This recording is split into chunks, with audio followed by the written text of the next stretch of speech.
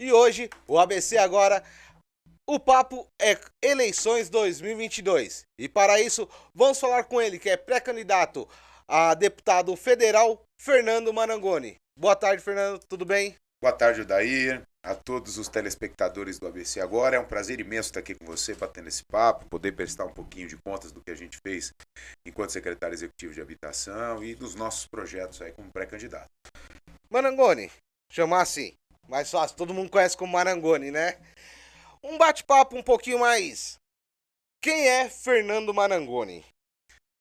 Fernando Marangoni é um andreense, nascido, criado em Santo André, onde eu crio meus filhos, minhas filhas, onde eu trabalho, onde estão as nossas empresas, o nosso escritório.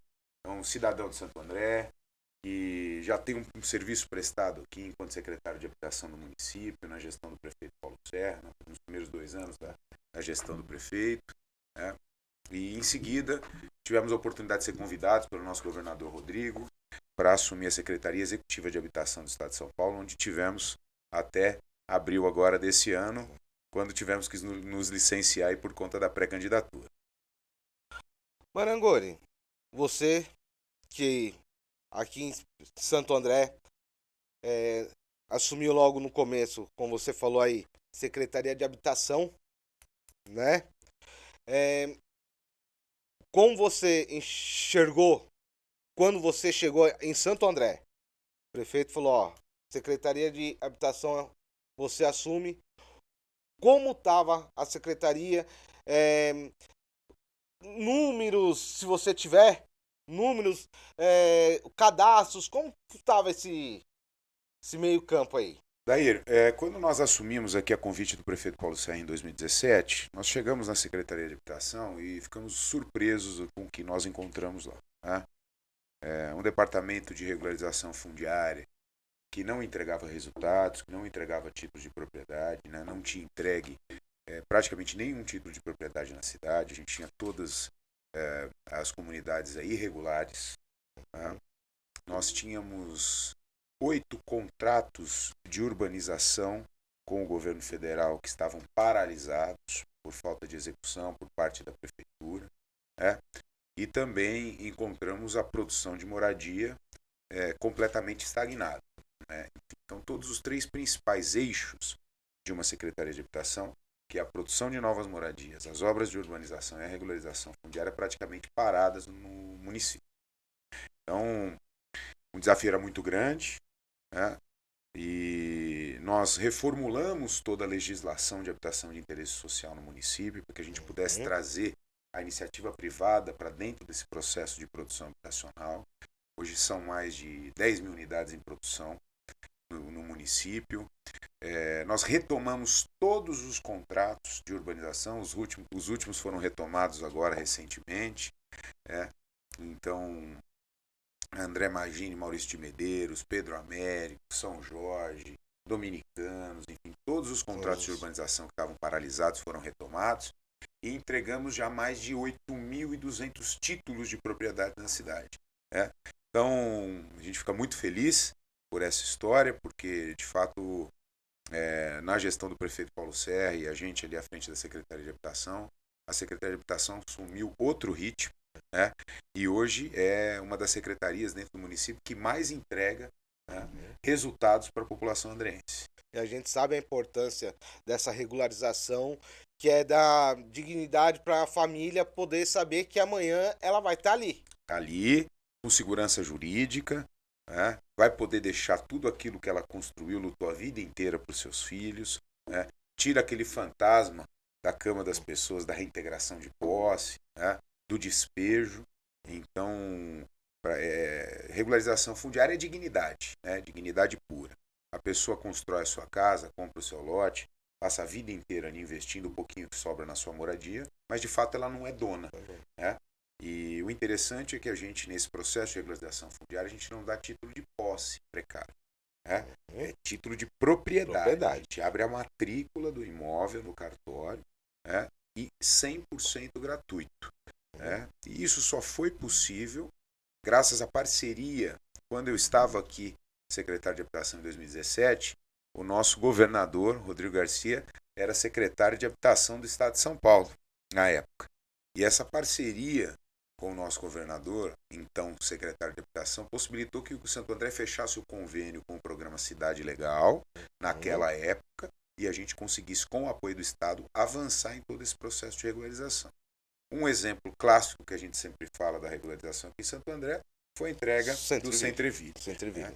Então, é extremamente importante, é uma política extremamente importante, é a política que atua na base, né? Na propriedade das pessoas, no lar das pessoas, na casa das pessoas. Eu costumo dizer que a habitação é a base de tudo. Sim. Né?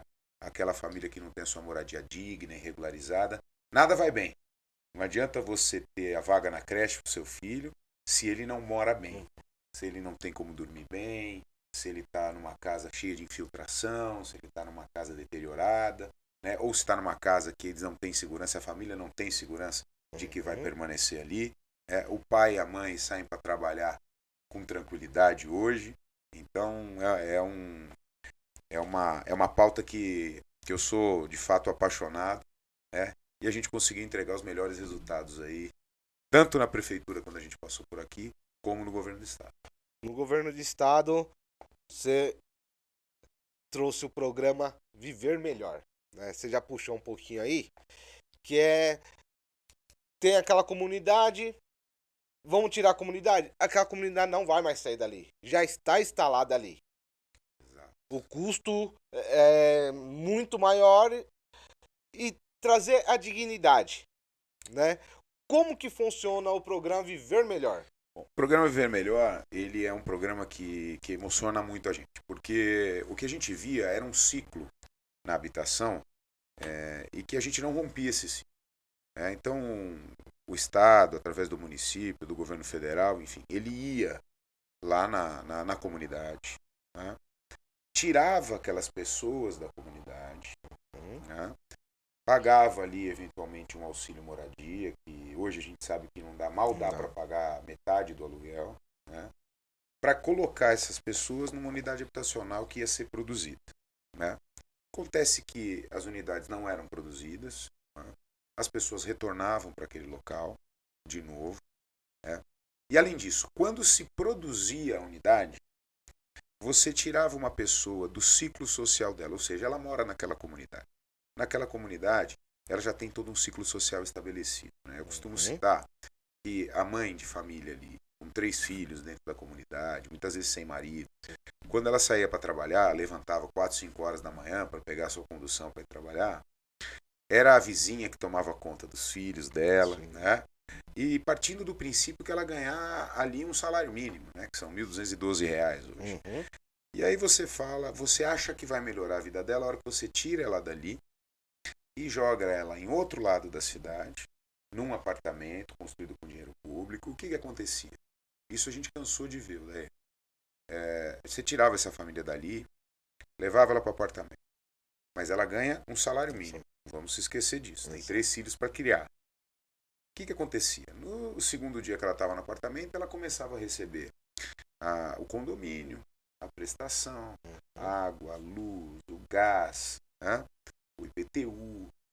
Ela recebia uma série de contas que ela não pagava antes. Né?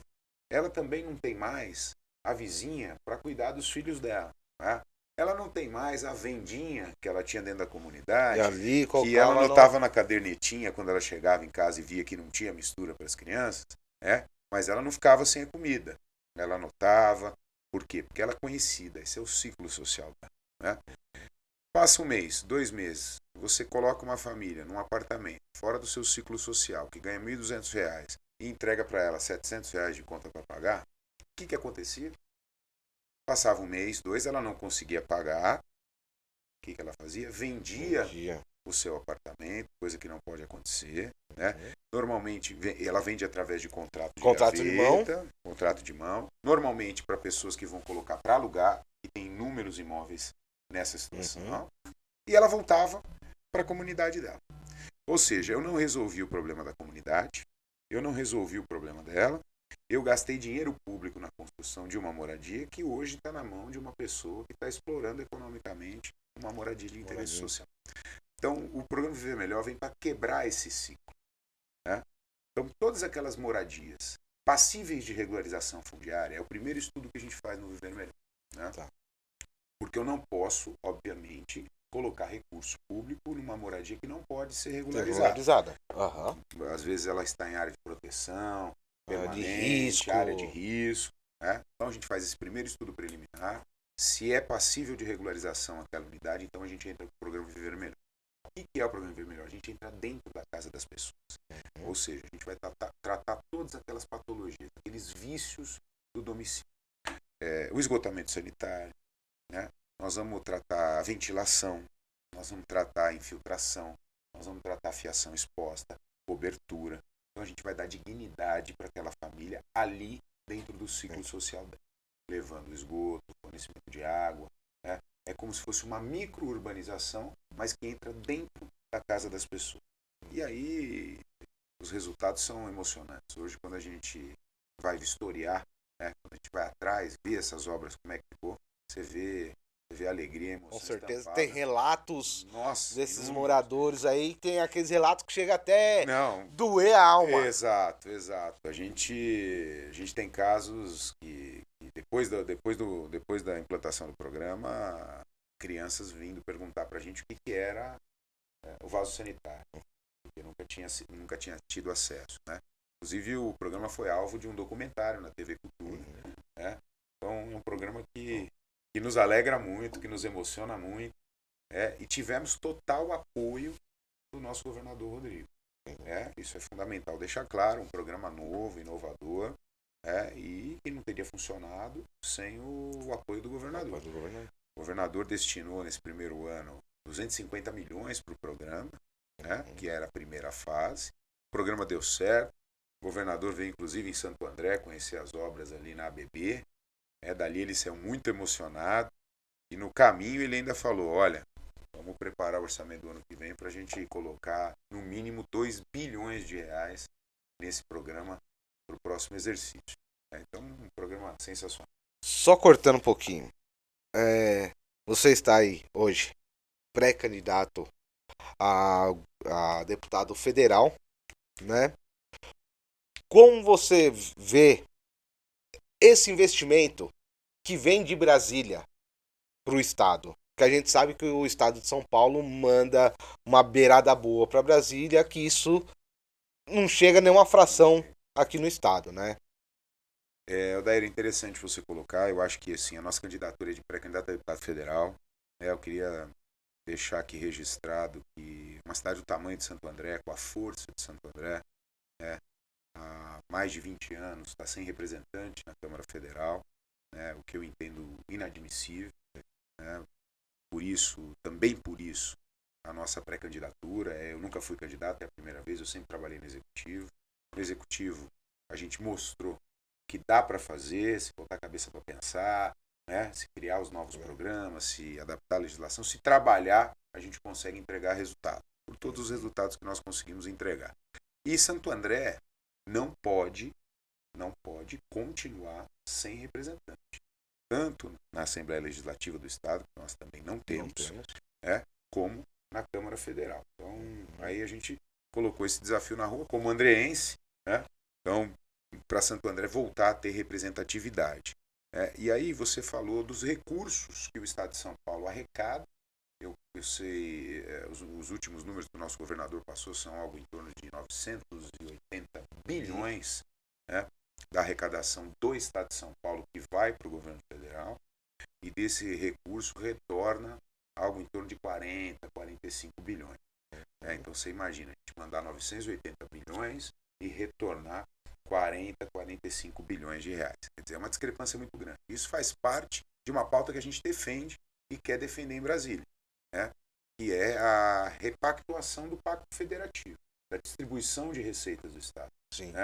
A política, ela é exercida, na sua maior parte, pelos municípios e pelos estados, que é quem está mais próximo das pessoas.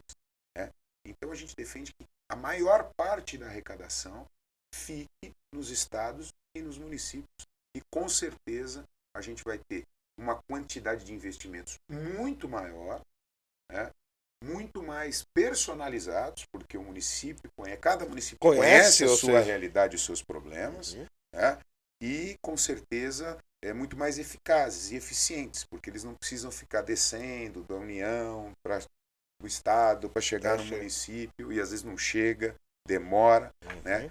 E a gente sabe que a gente tem muitos desafios para resolver. Então, essa revisão do Pacto Federativo, para que a gente empodere o municipalismo, né? É uma das pautas que a gente defende também e pretende defender em Brasília. A gente sabe que também não é só a questão de habitação, Sim. sua bandeira, né? Tem o trabalho, né? Geração de emprego, a, a questão do salário também, né? Porque hoje se abre vaga de emprego, mas o salário continua lá embaixo, né? Lá embaixo. Eu acho que aí, Odair, a gente tem uma série de situações que envolvem isso, né?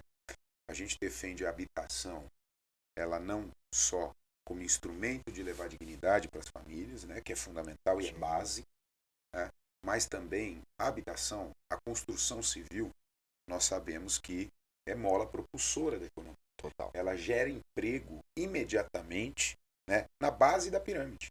Né? Ou seja, vai se iniciar uma obra de produção habitacional hoje, amanhã você já vai ter 200, 300, 400 pessoas empregadas trabalhando nessa obra, direto e indiretamente. Né? Os números mostram que para cada unidade habitacional produzida, essa fonte é da Abraim, gera-se em torno de 4 empregos diretos ou indiretos. Então, é o pedreiro, é o marceneiro, né? É o serralheiro, aquela senhora que vai vender a marmita na obra, cafezinho. Ou aquela senhora que monta a sua banca ali, vai vender o seu cafezinho ali para as pessoas que estão trabalhando na obra.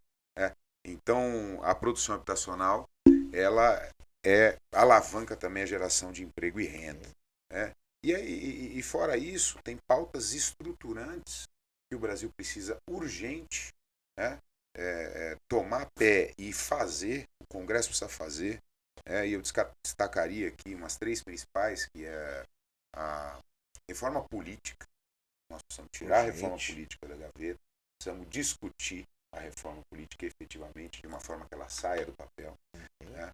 A reforma tributária, isso faz parte, tem um impacto direto na geração de emprego e renda, como a gente estava falando.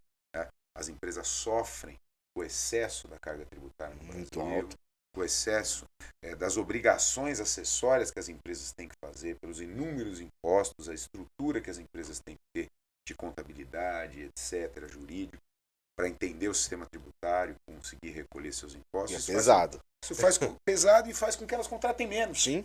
Né? Porque ela gasta muito recurso ali, o produto final chega muito caro na população. Né? Então nós vamos quebrar esse ciclo. E o outro principal que foi feito pelo nosso governador Rodrigo aqui no estado de São Paulo é a reforma administrativa. Né? A gente tem uma série de empresas públicas, se eu não me engano, no governo federal são aproximadamente 100 empresas públicas, né? Que são empresas que são custeadas pelo Estado, pela União. Né? Mas são empresas que já não entregam para a população os resultados pelos quais elas foram criadas. Né? Então, aqui no estado de São Paulo, nós tivemos uma ampla reforma administrativa, capitaneada pelo nosso governador Rodrigo, enquanto secretário de governo à época, né? Que fechou diversas empresas públicas. Né, que já não entregavam para a população aquilo que deveriam entregar, e isso aumentou o grau de investimento, né, e, consequentemente, geração de emprego, porque se você não tem obra, se você não tem investimento, você não gera emprego. Você não gera emprego, você não faz aquela distribuição para aquela tiazinha que tá ali na periferia e ali no mercadinho. Comprar do mercado maior, do distribuidor. Que é onde está o círculo. A cadeia produtiva como um todo. Né? E ela parte do consumo, obviamente. Se eu tenho uma população sem capacidade de consumir, né, toda a cadeia produtiva vai sofrer com isso. Né? E aqui no estado de São Paulo, eu costumo citar porque nós crescemos 7% do PIB do estado de São Paulo, mesmo com pandemia, né? E não foi mágica. Foi fechar as torneiras do estado, enxugar o estado, fechar essas empresas que já não entregavam mais. Só de recursos humanos a economia foi de 1,2 bilhões por ano. Esse recurso virou investimento, virou obra e, consequentemente, virou emprego e renda para a população. São mais de 8 mil obras em andamento hoje no governo do estado, mais de 200 mil empregos. Né? Então nós tivemos um crescimento de 7% do PIB paulista, não foi à toa. Enquanto o Brasil cresceu em torno de 1,5%, o estado de São Paulo cresceu 7% e foi responsável pela geração de mais de 40% dos empregos formais gerados no Brasil no ano passado. Né? Então não tem segredo, né? E fechar a as torneira. torneiras, É a torneira. onde está vazando, né? E investir, né, em obra, investir nas pessoas. Né? Uhum. A educação no estado de São Paulo também foi outra referência. Nós saímos de 7º lugar no IDEB para primeiro. Saímos de pouco mais de 100 escolas integrais. Integrais, claro. Mais de 200 escolas integrais, 100 mil alunos, para mais de 3.000 escolas integrais, mais de 1 milhão de alunos hoje estudando escola integral no estado de São Paulo. Né? Os índices de segurança são os menores da história de São Paulo. Né? Só te cortar. Falamos em segurança, né? A gente sabe que a questão não é somente o policial pegar ali, né? E é resolvido isso daí, tem que ser resolvido lá em Brasília. No que, entre aspas aqui, bater para resolver isso? Bom, vamos lá. A segurança é consequência, né? A segurança é consequência da geração de emprego e renda, do atendimento social, né? Então, obviamente, você tem aquelas pessoas que acabam cometendo alguns delitos pela sua condição social, né? Mas você tem aqueles delinquentes de verdade que precisam ser combatidos pela polícia, né? A polícia você tem que investir, basicamente, em equipamento, né? Tem que investir no policial, né? Ou seja, o Estado de São Paulo tem feito isso agora, foi anunciado aumento histórico nos policiais de 20%, o governador Rodrigo pagou todos os bônus, né? Hoje o policial no Estado de São Paulo tem o seu advogado custeado pelo Estado, tinha que pagar do bolso, a periculosidade que ele tinha que entrar na justiça para ser reconhecida foi incorporada, né? A equiparação do auxílio alimentação, dos praças com os dos oficiais, enfim, uma série de investimentos feitos no policial e em equipamento. E além disso, eu defendo que a gente tem que reforçar, e aí tem que ter projetos de lei complementar, para reforçar as guardas municipais. Né? Que hoje é altamente relevante nessa segurança, né? A Guarda Municipal hoje, primordial nisso aí, né? Porque as forças de segurança nacional, então quando a gente fala da Força Nacional, ou fala das Forças Armadas do Exército em geral, elas não atuam na defesa do cidadão no dia a dia. Né? Quem atua na defesa do cidadão no dia a dia são as polícias militares dos estados e as guardas civis municipais. Né? Então as guardas civis precisam ter mais incentivos do governo federal, né? A legislação precisa ser revista para que a gente possa fortalecer as guardas civis e elas em parceria com a polícia militar e com investimento grande em inteligência, eu tenho certeza que a gente vai combater muito mais eficaz o crime. Né? Os números do estado de São Paulo demonstram isso, né? Mas nós precisamos reforçar, e reforçar nos municípios. Como você enxerga a legislação? Porque às vezes a gente até encontra policiais aí que falam, cansei de pegar fulano, ele sai antes de eu terminar de preencher a documentação ali, já tá liberado e eu tô ali preso ainda. Né? Aí é uma reforma do Código Penal, né? Que tem que ser discutida com urgência. Isso que você falou é uma realidade. Isso não é um problema em si da polícia. Né? Sim. Isso é um problema da legislação penal. Nós temos um Código Penal de 1940. Né? Então não é possível que esse Código Penal não deva ser revisado. A sociedade de 1940 era uma, quando ele foi criado, e a sociedade agora em 2022 com certeza é outra. Né? Então a gente vai atuar firmemente também nessa discussão da reforma do Código Penal para que isso pare de acontecer. Marangoni, pra gente já ir pra final aqui, finalizar aqui, gostaria, se eu deixei de perguntar alguns números aí, que você colocasse aí suas considerações, por gentileza. Bom, vamos lá. Primeiro, um prazer de novo estar aqui, Odair, com vocês, com a ABC Agora. Eu vou falar para você aqui por cima, né, os números macro da nossa gestão na Secretaria Executiva de Habitação do Estado de São Paulo, também como presidente do Comitê de Regularização Fundiária do Estado, o Programa Cidade Legal. Os números de investimentos para a nossa região aqui do ABC foram históricos na área da habitação. Nunca teve em tão pouco tempo tantos investimentos na área da habitação como teve na gestão agora. Então, óbvio, ressalto sempre que tudo isso só é possível porque nós tivemos amplo apoio do nosso governador Rodrigo. Né? E eu estou aqui contabilizando as principais entregas, quer dizer, são mais de 6.800 unidades habitacionais só nesses 3 anos e meio de gestão, o que totaliza um investimento de mais de 1 bilhão e 300 mil reais em moradia para todas as cidades do ABC. Né? O programa Viver Melhor, como você falou, já está em 1.260 famílias aqui no ABC, um investimento de aproximadamente mais 25 milhões de reais. E a regularização fundiária. Regularização fundiária também, recorde no estado, são mais de 70 mil títulos de propriedade entregues em todo o estado de São Paulo. Isso torna o programa Cidade Legal um dos maiores programas de regularização fundiária do mundo, não só da América Latina, mas do mundo. Né? Aqui no ABC nós falamos de mais de 10 mil títulos de propriedades entregues e também a regularização da CDHU. Nós tínhamos prédios da CDHU entregues, as famílias morando há 20, 25 anos, mas que não estavam regularizados. Né? Então já mais de 3 mil unidades foram regularizadas, 40 mil no estado, enfim. Então nós estamos aí batendo recorde de novo, graças a Deus, nas entregas aqui no Grande ABC e por todo o estado. Anangoni, agradeço sua participação aqui. O ABC agora está à disposição também de outros pré-candidatos aqui da região do Grande ABC. A gente tem que abrir o leque, né? Mostrar as propostas, o que cada um pode oferecer. Sem né? dúvida. Democracia. Democracia, exatamente. E claro, quer saber as principais notícias? Acesse www.abcagora.com.br.